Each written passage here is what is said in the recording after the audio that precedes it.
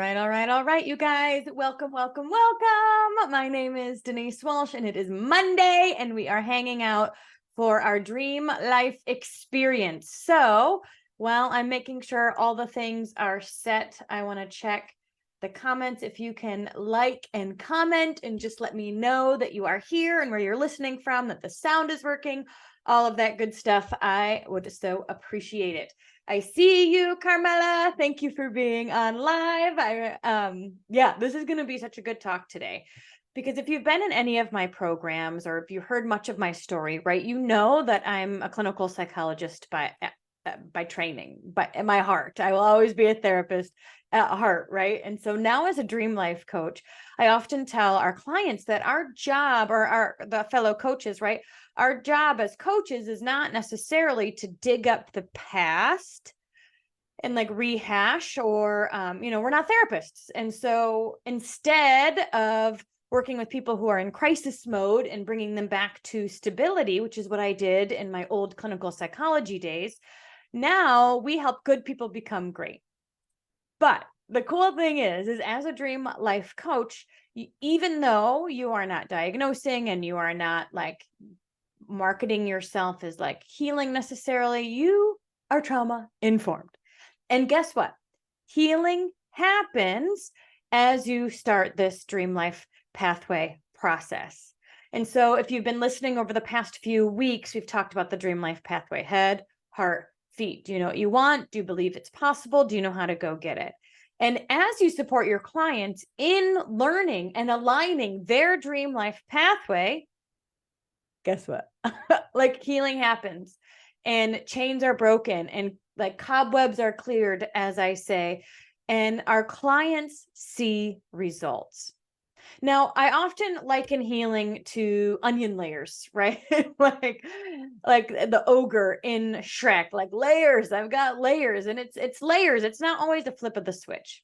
It's oftentimes we do the work, we're focused on the journey, we are seeing ourselves 3 steps ahead of where we are, we're implementing healthy habits, we're aligning the Dream Life pathway, and then we look back and we go, oh my gosh, like look how far we've come. I am no longer responding in this way. I am no longer angry, frustrated, reactive. I'm not as triggered as much as I used to be. I can handle the situation. In fact, I worked with a girl when I first started working with her before 90-day U-turn. She couldn't even go to Walmart by herself. Her anxiety was so high. But over time, through our work together, aligning her Dream Life pathway, building her inner strength, gaining clarity on what she wants and making that bigger in her life, she not only was able to go to Walmart, but she got a job. She is getting accolades at her work, and she's like functioning at a much higher level than she was years ago. And so although I say healing is onion layers, it's one layer at a time. And oftentimes you have to look back to see really just how far you've come. It also doesn't have to be hard. And in our next guest is going to tell us a bit about her experience at the Dream Life Adventure and how just 3 days together doing the Dream Life content exercises and the community and just being together and doing the work together shifted her quickly. Healing does not have to be hard. So big welcome to Liz Bazard. There we go. Welcome, Liz. Welcome. Hi. Hello. Yay. Thank you so much for being willing to hop on today and share your story. You are a future Dream Life coach. You will be certified in the next few months. So you're in 90-day U-turn right now and came to the Dream Life Adventure. Before we jump into that specific weekend, I'd love to hear a bit about why you decided to become a Dream Life coach in the first place. I love coaching. I have had kind of a coaching mindset all of my life. I realized I was a coach when I listened to a video when I was at one of those ropes courses of other people doing it. And you hear me in the background coaching them, like, you got this. Next step. Okay, what's your next step? And I was like, that is who I am. And so when coaching became like a thing, I was like, I wonder how that works. And I've started to look at different ways to do that, and the requirements to be in the areas I wanted to. And one of the things I've loved about your program in particular is that I got to be part of like the launch when you started the Dream Life journals and the in your book, Design Your Dream Life. And so to me, I was very familiar with that, and I appreciated the way that you. I think now it's like your tagline, but that you take faith and psychology and you bring it all together to move us from head, heart to feet. And so I was like, man, this is a great opportunity to take the thing that I really love, but actually have a mode of transportation to go from here to there. So that's kind of why I jumped in and thought, you know what, this is a good program. This is a good avenue to take those skills to another level. Yeah, I love that. You're right. You're already coaching in what you do on a consistent basis. So now you're just adding more tools to your toolbox. So when somebody comes to you, you are able to pull out what they need at that time because you've got a plethora of options to choose from. So you came to the retreat a few weeks ago in Destin, which was so much fun. Mm-hmm. But I'd love to hear a bit about I guess your experience on the way there, because I didn't quite realize until you were there what types of trauma responses you had, even just getting there. Yeah.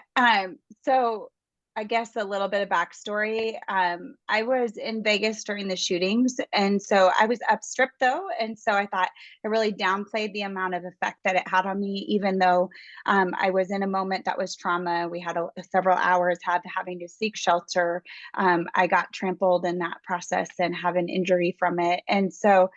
But I am very frugal. And so it just tends to be that I end up flying through Vegas or taking those flights pretty regularly. And it actually ends up in that first week of October, ironically. And so in coming to the Dream Life, I didn't even think about it until the week before. And I went, oh man, I did this 2 years in a row. I actually, the year before, had been in the Vegas airport on the anniversary, and I didn't even put it all together until I was sitting there having a full-blown panic attack, looking out the window at like Mandalay Bay and all the things. And so here I am another year later, first week of October, and I'm in Vegas going, what did I do? And on the way there, I'm like, Liz, you've been to Vegas so many times. You have so many good memories. Like, you can do this. You can.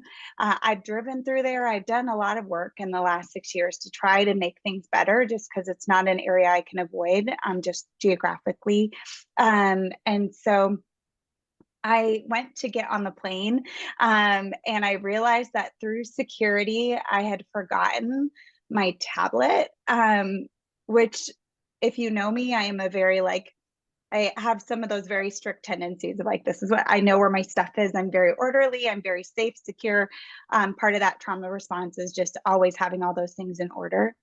And so I went to get onto the plane. I scanned in, and all of a sudden I realized that for the hour and a half I sat in the airport waiting for my flight, I didn't realize I didn't have my tablet.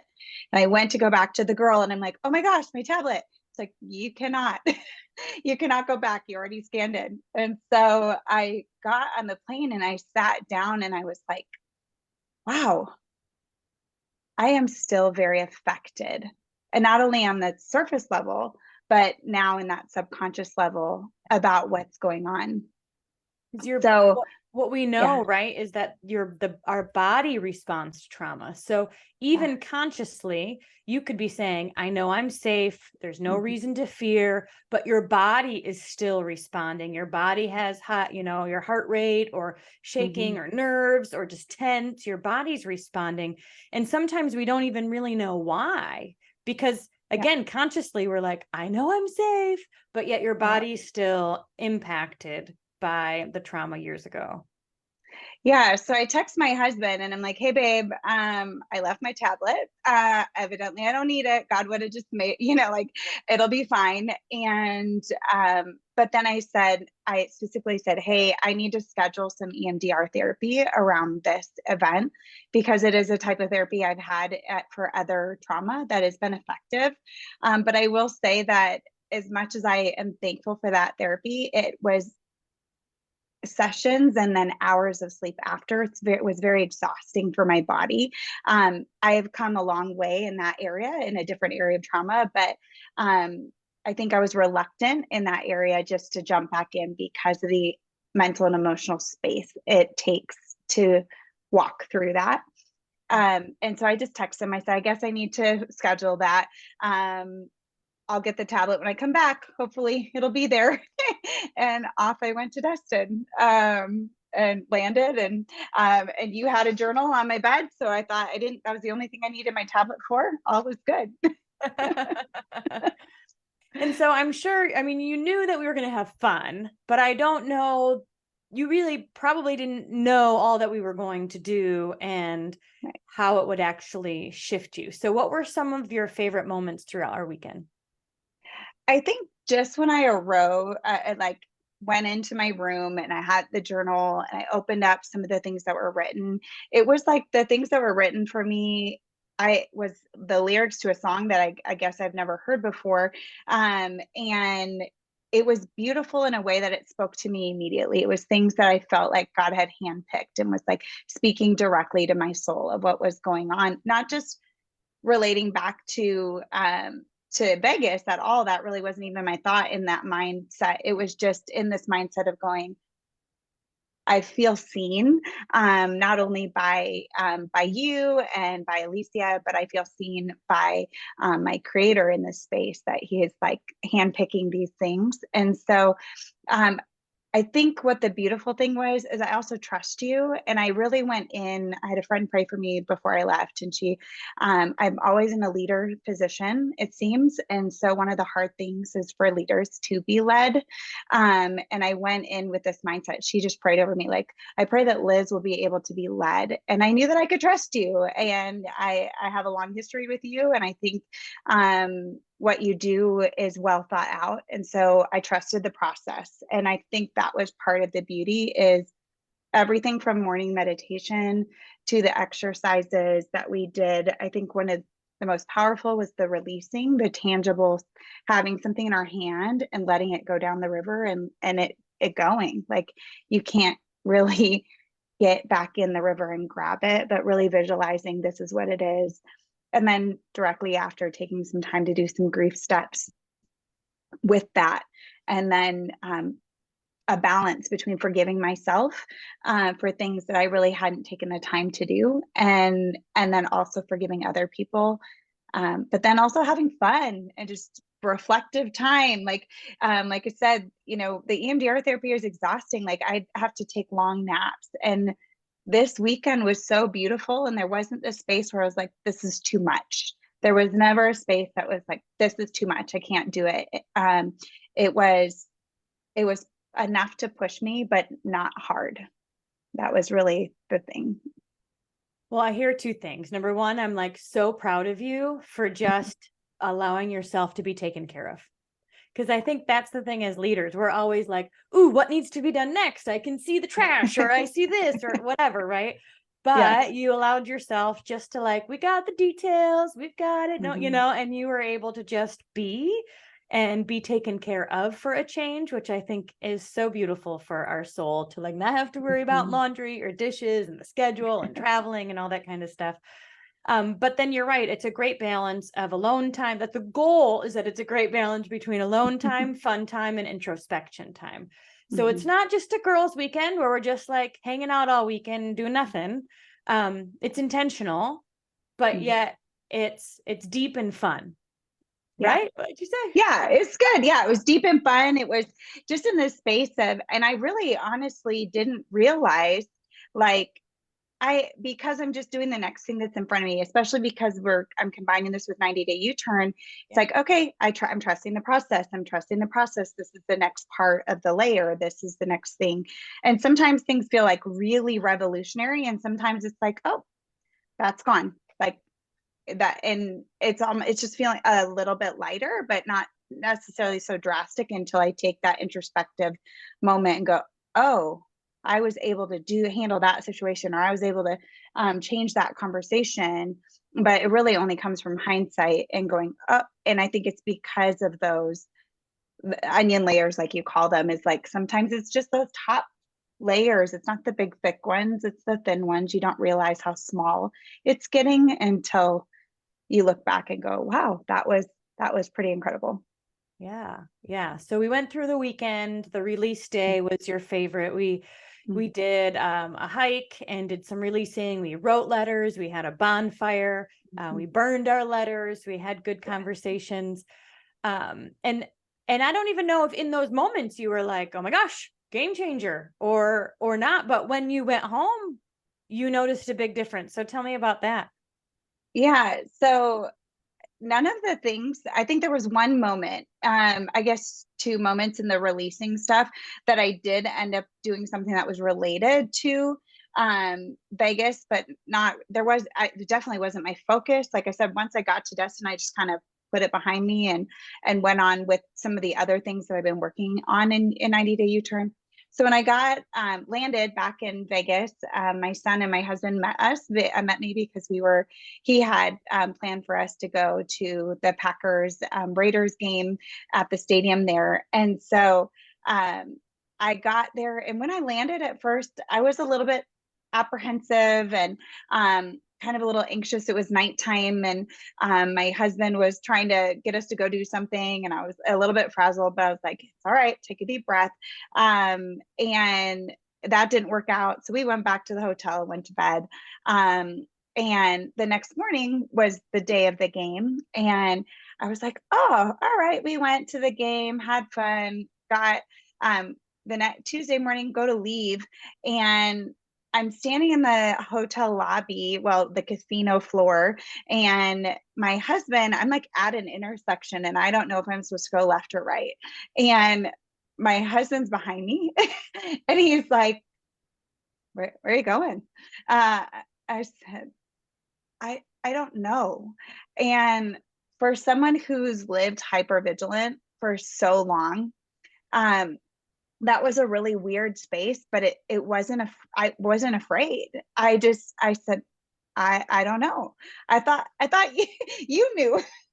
And he said, he was like, oh yeah, we got to go left. And he jokingly, in a nice way, just said, Liz, I would lead a lot more if you just didn't do anything, which was his nice way of acknowledging that a lot of times I feel like I have to always, even though my husband is a very capable leader, very able leader, I trust him, and yet I do that. And so all of a sudden it hit me that I was able to not only go to the game, but we walked from our hotel room from Excalibur all the way to the stadium in a, like, they shut down the highway, very efficient. But you just like walk in the sea of people, where in the past 6 years this has been a panic attack type scenario for me. I didn't even think about it. I'm walking, partly I guess because there were a lot of Packers fans and I trust people from Wisconsin, being a Wisconsinite. But we get there, I go in the stadium with 65,000 people, sit there, we go and get snacks and hang out and laugh, and sadly we lost, but we went and we left, and it was dark, and Luxor light is on, which is partly a trigger for me just from that evening, and Mandalay Bay, and we're walking directly looking at this thing, and I laughed hysterically. And all of this to say I was entirely sober, because, which this, I know for other people, I don't drink a lot, but generally speaking, people go, oh, maybe it was a football game, you had a lot of drinks. But not only was I entirely sober, I also wasn't eating sugar at the time. I was doing none of those things that generally I would do to subdue the things that are going on in my brain. So I was entirely sober, hanging out with my son and my husband. There were plenty of drunk people around me. And yet we were laughing, having a good time, got all the way there. So that morning in the hotel lobby, all of a sudden all of this just hit, and this aha of, wow, it doesn't have to be hard. And I felt like God just reminded me of that. He had told me that a couple of weeks before in worship, like, it doesn't have to be hard, Liz. And it's not that EMDR isn't super effective. It's not that this isn't effective. And there's each layer for each thing. But I think there was this beauty in this space that I felt like this has been dealt with. And I mean, layers will come at other times, but like the big portion where I felt like I needed to do that type of therapy before is now like, no, I feel a massive healing from that, and that I can address those things in a safe space, and that it doesn't have to be hard. It can be a fun weekend that is laughing and introspective and silly, and like you said, being taken care of, and that allows yourself to let your fight or flight down and long enough to move into, that rest and reflection and that space. So yeah, so it was pretty impactful for me. I mean, it's hard to describe like what it's a life changer. Like it's a game, like it really like how do you even put it into words? But to be able to, number one, travel, be in crowds, go to a game, which were things that either you would avoid or you would have that anxiety around before, during, after. To be able to do that without even really thinking is a massive life change. Did your husband noticed, right? When he said, I got you, girl. You don't I need gotcha. to know. Yeah. And it's been interesting even since then. It's just these little spaces that where he'll lead, or I'll be with a friend that I trust. And a lot, like there was a moment where I was in a parking garage and I didn't know where my car was because I was with someone who knew that area more.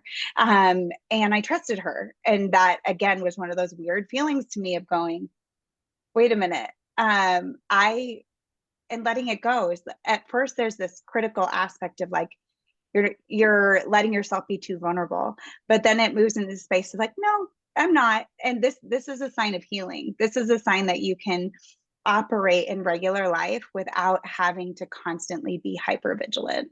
And that is very freeing, mentally and emotionally, just being in public spaces for sure. Yeah. I mean, living kind of on eggshells a bit, always stimulated, looking around, making sure all of that stuff is exhausting. And again, it's like, and it's subtle. It's not necessarily that you're even aware of it, but now that you're not doing it, you think, wow, where's like, that took up a lot of brain space. Right. It did take up a lot of brain space. And so it part of it is learning just to like be okay in just the being.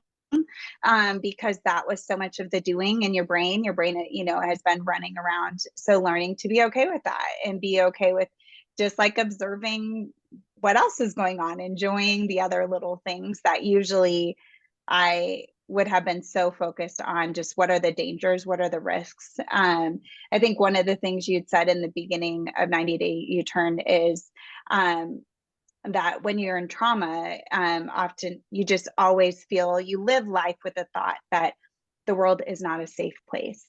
And so you're constantly, and I think that was tucked back in my brain as I've thought about that regularly. Am I acting as if this is not a safe space every time I go anywhere? And so I've noticed that more and more I go, no, that's not true. What is true? What is true about this situation? And what is true is I'm safe. What is true is if I'm not safe, that no matter what, that God's promised to never leave me or forsake me. And that that's what's true is I'll never be alone either way, even if I can't, even if I end up not being safe. And I think that's really the space in Vegas was this mindset of going, it's okay.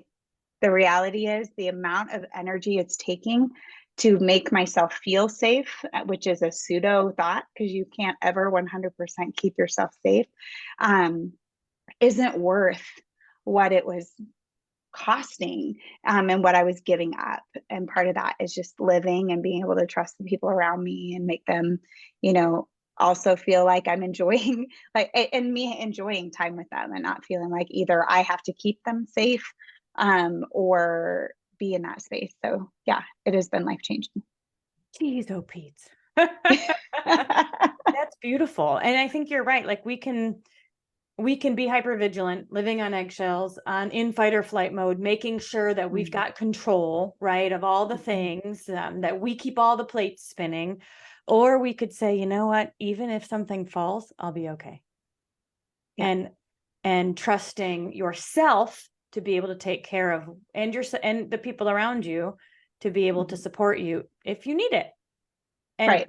and so that gives you a place, so you can go to the grocery store, you can be in a stadium, you can be and not be so much in your head. Yeah. Yep. Well, what I love is that you, because you're doing 90 Day U-Turn during the retreat, like it was kind of like halfway for you, Yeah. which we did some things that we're going to do again in 90 Day U-Turn, but you also had some prep. Like you had some layers already come, some skills already built in. So when you came to the retreat, you had those in mind as well. So I think it was a beautiful spot to be in. I think it's allowed to me to go a little bit deeper. So I think like Yeah. they're both great standalone things, but I think doing them together, it's not like, oh, I already did this. Given the exercise we did in 90 Day U-Turn like a week ago, I thought about that and like, oh, no, I already did this. I wonder what it'll be. And the thing that came up like twice in my brain, I'm like, I'm good. I don't think that's really an issue, but because the obvious were already gone, I had to deal with the next layer, right? And we all know we all have plenty of additional layers, and even that became impactful. So I think no matter what, whether it doubles up or however that goes, I think they're both so effective in their programming. I love it.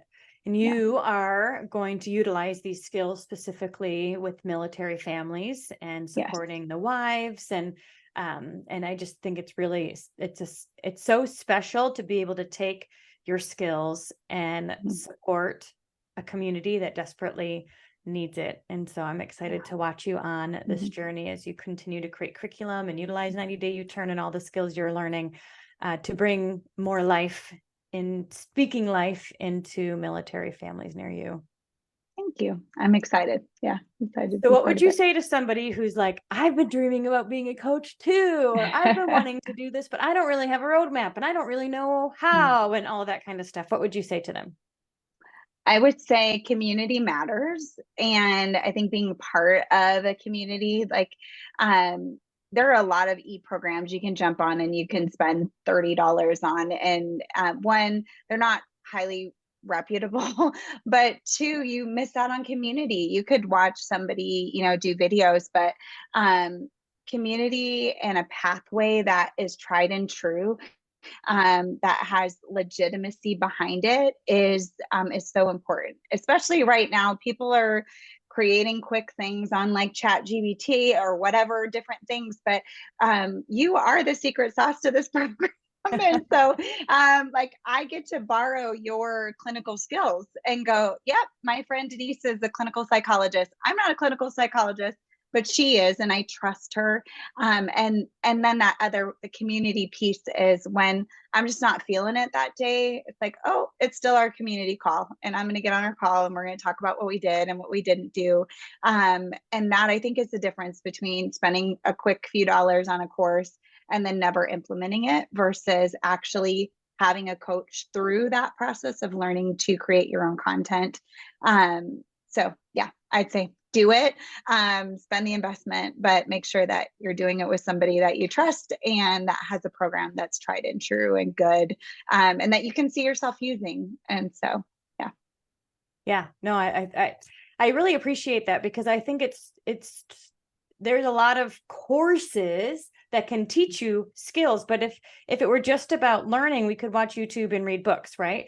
It's really Right. about implementing. And so learning and implementing means that we want to do it in community that can hold us accountable, they give their ideas and we can give ours. Right. And I know as a female, right? I'm like, I don't want to do it by myself. I want interaction and I want to give up, Yeah. I don't want to just sit behind the computer. And so to Yeah. have a group of coaches who are doing what you want to do and you can brainstorm from and you can practice with, and you have the ability to be a support coach so you can practice the skills. People are getting certified feeling really confident that what they Yes. have to offer is life-changing and they can deliver it, which I think is the name of the game, because you can Right. learn all you want, but that doesn't mean you're Mhm. going to actually do it. So here we really want to hold your hand to be sure you actually follow through. Right. Yeah. I love it. All right. Well, thank you so much for your time today. Of Congratulations. course. Really, I think the Holy Thank Spirit you. moves in so many different ways, and Mhm. you had another layer shaken off. Yes. Shake it off. All That's the right. Taylor Swift vibes lately. Shake it off. And it truly changes everything. And so I'm proud of you for saying yes. And this is you. really just the beginning of your journey. So Mhm. thank you so much. And if you guys are listening and you are interested in being a Dream Life coach, be sure to comment coach in the comments below. And myself or one of the team will reach out to you to see if this is a good fit for you. But here's what I know. If you've had that inkling of becoming a coach yourself, using your gifts in a new way, it will only get louder until you start taking full action on it. So now is your time to gear up for 2024 and have a side business that you love. So thank you so much, Liz. Have a great night, you guys. See you next week. Bye.